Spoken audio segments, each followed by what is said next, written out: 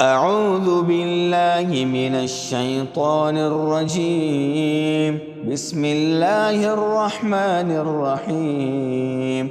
يوصيكم الله في أولادكم للذكر مثل حظ الأنثيين، فإن كن نساء فوق 2 فلهن ثلثا ما ترك، وإن كانت واحدة فلها النصف، ولأبويه لكل واحد منهما السدس مما ترك إن كان له ولد، فإن لم يكن له ولد وورثه أبواه فلأمه الثلث، فإن كان له إخوة فلأمه السدس من بعد وصية يوصي بها أو دين.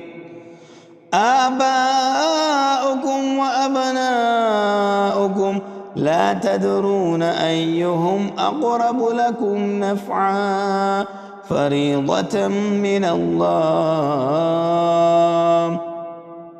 إن الله كان عليما حكيما. ولكم نصف ما ترك أزواجكم إن لم يكن لهن ولد، فإن كان لهن ولد فلكم الربع مما تركن من بعد وصية يوصين بها أو دين، ولهن الربع مما تركتم إن لم يكن لكم ولد، فإن كان لكم ولد فلهن الثمن مما تركتم من بعد وصية توصون بها أو دين. وإن كان رجل يورث كلالة أو امرأة وله أخ أو أخت فلكل واحد منهما السدس، فإن كانوا أكثر من ذلك فهم شركاء في الثلث من بعد وصية يوصى بها أو دين، غير مضار، وصية من الله، والله عليم حليم.